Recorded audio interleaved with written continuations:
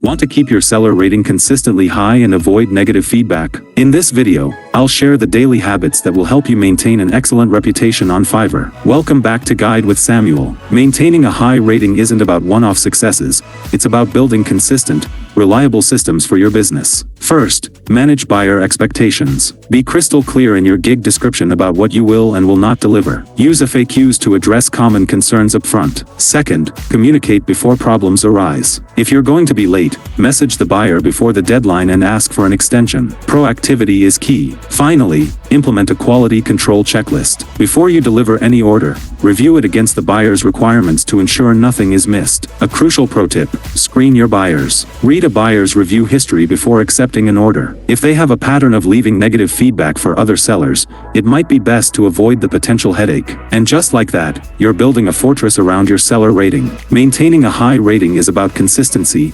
communication, and smart client selection. What's one daily habit that has helped you maintain a high rating? Share your tip in the comments. To effectively present yourself, watch our next video on how to showcase skills on your Fiverr profile. Thanks for watching.